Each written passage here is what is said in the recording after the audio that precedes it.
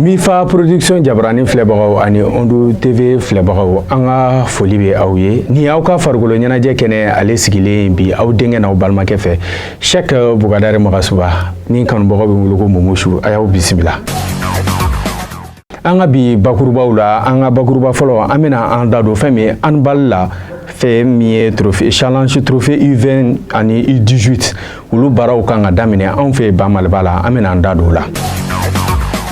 N'an bɔr'o kɔnɔ an bɛ taga basketball la fɛn min ye Ligue Orange ale tile duurunan jaabi b'an bolo fo ka se fɛn min ye tournant de l'amitié ni o fana bɛ ka kɛ an ka simidenw tɔgɔ la U16 an bɛna an da don la fo ka se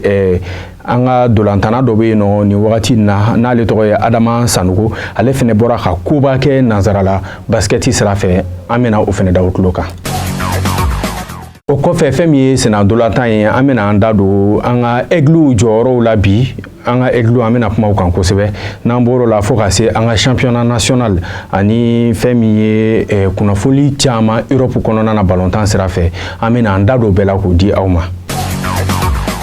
Nunu ni an dokan ye bi an ka foli bɛ aw bɛɛ ye a y'aw bisimila i n'a fɔ n kun ye a fɔ aw ɲɛna cogo min na bi an ka bakuruba fɔlɔ an bɛna an da don fɛn min ye handball la challenge trophée U20 ani U18 ale kan ka fɛn min ye jamana 9 olu kan ka ɲɔgɔn sɔrɔ Bamaliba kɔnɔ yan nɔ ni ye nin baara ninnu yɛrɛ baara ninnu kan ka daminɛ fɛn min ye avril kalo tile 19 ka taga bila tile 23 kɔnɔna na i bɛ a jateminɛ Mali ale de kan ka zone D ka nin tournant nin ale bɛna o bɛna kɛ anw fɛ yan Mali kɔnɔna na jamana mun ni jamana mun kɔnɔnen don anw fɛ i b'a ye Mali b'a la Gambie Guinée Bissau Cap Vert fo ka se Sénégal Sierra Leone Guinée Conakry Maroc ani Mauritanie an bɛ foli di hali bi an ka handball ɲɛmaaw ma fédération fo ka se ligue ma an b'a fɔ vraiment u kelen don ka jɔ u jɔyɔrɔw la kosɛbɛ walasa fɛn min ye farikolo ɲɛnajɛ ni a bɛ se ka bɔ kɔfɛ ka sanayɛlɛn sɔrɔ cogo min na an bɛ dugawu kɛ nin tournant min bɛna kɛ Ala ka Mali jɔyɔrɔ ni tintin bɛɛ. N'an bɔr'o kɔnɔ an bɛna an da don fɛn min ye basketball la n'an nana basketball la ni wagati na an bɛ a daminɛ an ka championnat national n'o ye Ligue Orange ale tile duurunan jaabi dɔw b'an bolo kɔrɔ d'abord cɛlakaw fan fɛ an b'a fɔ AS Police joliba y'ale ci 79 AS Real ale ye Atar Club de Kidal ci 65 ani 4 AS Mandé ale fɛnɛ ye sebaya sɔrɔ sigi ka 74 ani 59 Isfas ale cira Stade Malien fɛ 85 ani 2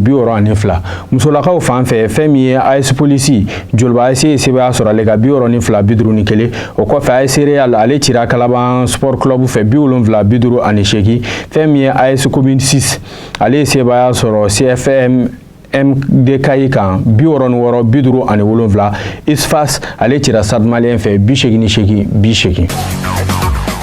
O kɔfɛ an bɛ taga fɛn min ye tournant de l'amitié U16 an b'a fɔ ale jaabi dɔ bɛ an bolo kɔrɔ yan nɔ cɛlakaw fan fɛ Mali ale ye sebaya sɔrɔ Guinée kan 76 ani 1 musolakaw fan fɛ Mali kelen o ye sebaya sɔrɔ Guinée kan tuguni 47 20 ani 2.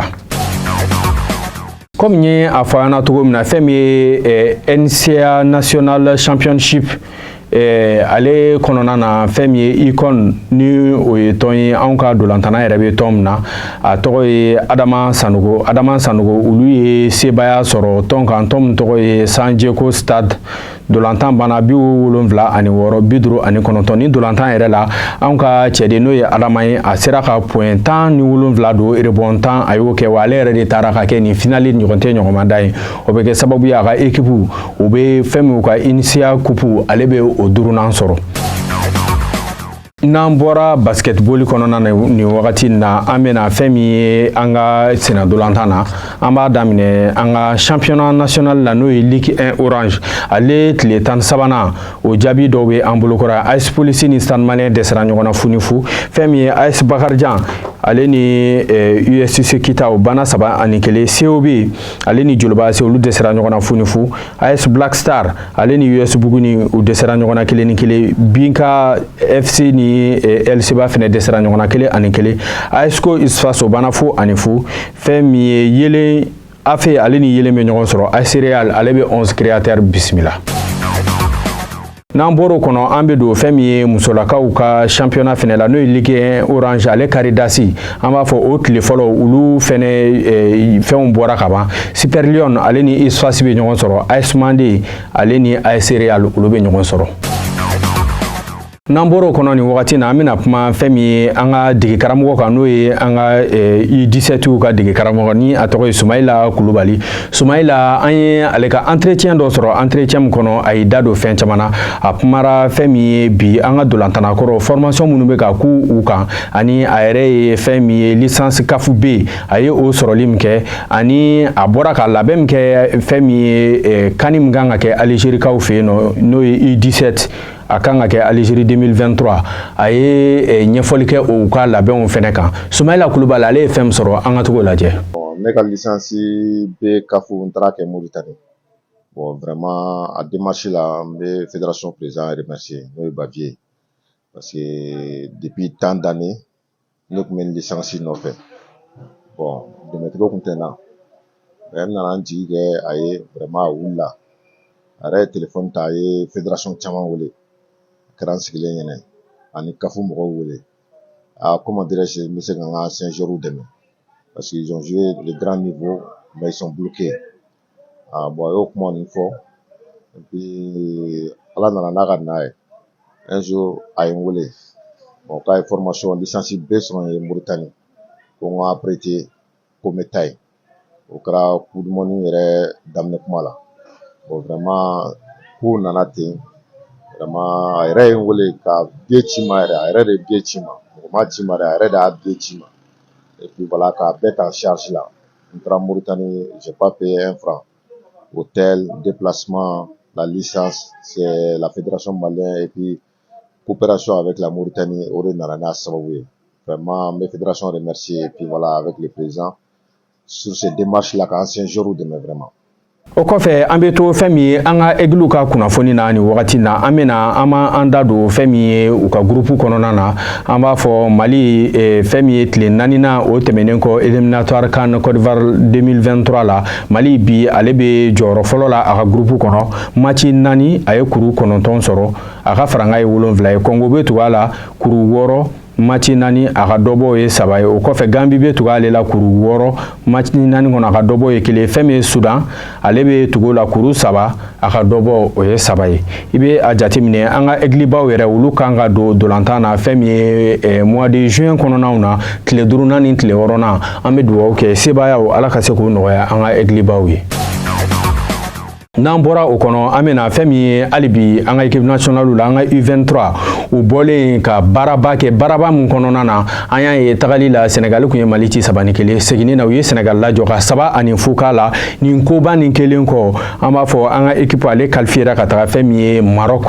olu ka CAN U23 o mun n'a ka kan ka kɛ juin kalo tile 24 ka taga kuncɛ juillet kalo tile 8 kɔnɔna na an ka égliw n'o ye an ka U23 ye u n'u ka dege karamɔgɔ u bɛna labɛnw daminɛ walasa u bɛ se ka taga Mali jɔyɔrɔ fa ka se ka nin coupe nin ta ka di Mali ma wa an b'a fɔ nin tournoi nin fɛnɛ bɛna kɛ sababu ye ni équipe 4 fɔlɔ min sera ka demi-finale sɔrɔ olu bɛ se ka farafinna fɛnɛ jɔyɔrɔ fa Jeux olympiques n'o kan ka kɛ 2024 Faransiskaw fɛ an bɛ dugawu kɛ an ka U23 Ala k'u jɔyɔrɔ ni tintin bɛɛ. N'an bɔra ye an bɛna an ka égliw ka kunnafoni na nin ye an ka denmisɛnnin mun n'ale tun bɛ Europe équipe caman ka jateminɛw kɔnɔna na o équipe dɔw la i bɛ Lazio de Rome sɔrɔ yen nɔ fo ka se Galatasaray ma an ka ailier denmisɛnnin n'a tɔgɔ ye Umar Traoré bɛɛ b'a wele ko Njefi an y'a ye ale bɔra hali bi ka bolonɔ bila sɛbɛn kɛ a ka tɔn na n'o ye Al Jazeera ye o bɛ kɛ sababu ye dolantanna nin yɛrɛ ani Al Jazeera u y'u bolo bila sɛbɛn na u ka contrat bɛ ban fo 2027 wagatiw la. N'an tɛmɛna ka bɔ yen an bɛna Coupe de France kɔnɔna na fɛn min ye Toulouse fan fɛ an ka cɛden n'o ye Musa Jara ale ye sebaya sɔrɔ Annecy ka u banna 2-1 o kɔfɛ Nantes fan fɛ Charles Modibo Traoré olu fɛnɛ ye sebaya sɔrɔ Lyon ka u banna 1-0 kanangolo Malien 2 olu bɛna ɲɔgɔn sɔrɔ fɛn min ye Coupe de France ale finale kɔnɔna na. Espagne kaw fɛ yen nɔ an ka denmisɛnninw n'a bɛ wele ko Académie des Étoiles du Mande an b'a fɔ nin wagati na u ye bɔko 3 kɛ ka sebaya 3 sɔrɔ u ka bɔko 3nan u ni Angleterre tɔn de ye ɲɔgɔn sɔrɔ ni tɔn ni a tɔgɔ ye Birmingham an b'a fɔ u ye sebaya ɲuman sɔrɔ olu ka 5-0 kanangolo.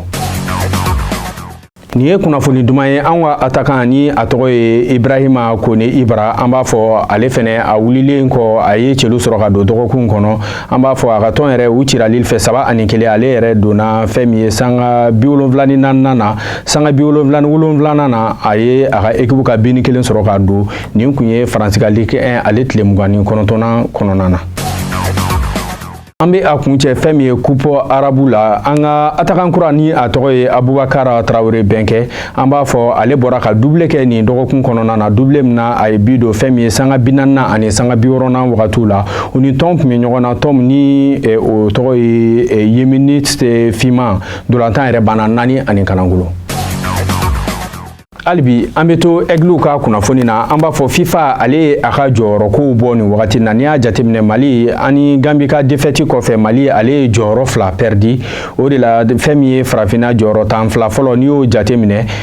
Maroc ale bɛ jɔyɔrɔ fɔlɔ la farafinna diɲɛ kurukara jɔyɔrɔ 11 Senegal bɛ jɔyɔrɔ 2nan na diɲɛ kurukara jɔyɔrɔ 18 fɛn min ye jɔyɔrɔ 3nan bɛ Tunisie bolo diɲɛ kurukara jɔyɔrɔ 28 jɔyɔrɔ 4nan o bɛ Algérie bolo diɲɛ kurukara jɔyɔrɔ 34 ni jɔyɔrɔ 5nan bɛ Egypte bolo diɲɛ kurukara jɔyɔrɔ 35 Nigeria bɛ jɔyɔrɔ 6nan na diɲɛ kurukara jɔyɔrɔ 40 Cameroun bɛ jɔyɔrɔ 7nan na diɲɛ kurukara jɔyɔrɔ 42 Côte d'Ivoire ale bɛ jɔyɔrɔ 8nan na diɲɛ kurukara kɔnɔ jɔyɔrɔ 45 Burkina bɛ jɔyɔrɔ 9nan na farafinna kɔnɔ diɲɛ kurukara kɔnɔ jɔyɔrɔ 50 Bamali bɛ ale bɛ jɔyɔrɔ 10nan na diɲɛ kurukara kɔnɔ jɔyɔrɔ 53nan. An ka bi kunnafoniw an bɛna kuncɛ fɛn min ye Europe kɔnɔna ye n'an tagara Europe an bɛ a jateminɛ dɔgɔkun tɛmɛnen kɔnɔ kupuw de cayara kosɛbɛ Europe kɔnɔna na an b'a daminɛ Faransi n'i ye Faransi ta lajɛ i b'a ye olu ka demi-finale la Nantes ale ye Lyon ci 1 ni kanangolo Toulouse ale ye Annecy ci 2-1 o la fɛn min ye Nantes ale ni Toulouse olu bɛ ɲɔgɔn sɔrɔ fɛn min ye coupe finale Espagne kaw fɛ yen nɔ fɛn min ye olu fɛnɛ ka demi-finale la Athletic Bilbao ni Osasuna dɛsɛra ɲɔgɔn na 1-1 ale la Osasuna kun ye sebaya sɔrɔ 1-0 fɛn min ye FC Barcelone tun bɛ ka Real Madrid bisimila nin dolantan gɛlɛyara kosɛbɛ Barça bolo sabula n'i y'a jateminɛ Barça bi ale ka titulaire 4 fo ka se 5 ɲanama ma olu bɛɛ bɛ infirmerie la donc Real ye i profite o fɛ ka Barça minɛ ka 4 ani kanangolon k'a la o dolantan yɛrɛ kɔnɔna na fɛn min ye français ka attaquant n'o ye Karim Benzema ale sera ka celu 3 don Vinicius ale ye celu fɔlɔ don o bɛ kɛ sababu ye fɛn min ye Real Madrid ale ni Osasuna olu bɛ ɲɔgɔn sɔrɔ Coupe du Roi finale la n'an bɔra yen an bɛ taga Italie an b'a fɔ olu fɛnɛ ka demi-finale ale plutôt Juventus Inter 1-1 fɛn min Cremonese Fiorentina o banna 2-0 ka taga Fiorentina kanu na yanni match retour ka kɛ Allemagne kaw fɛ olu ka quart de finale la fɛn min Eintracht Francfort ale ye Union Berlin ci 2-0 o kɔfɛ Bayern ale cira Fribourg fɛ 2-1 Nuremberg ale cira Stuttgart fɛ 1-0 fɛn min RB Leipzig ani Dudu olu ye Dortmund najɔ ka 2-0 k'olu la.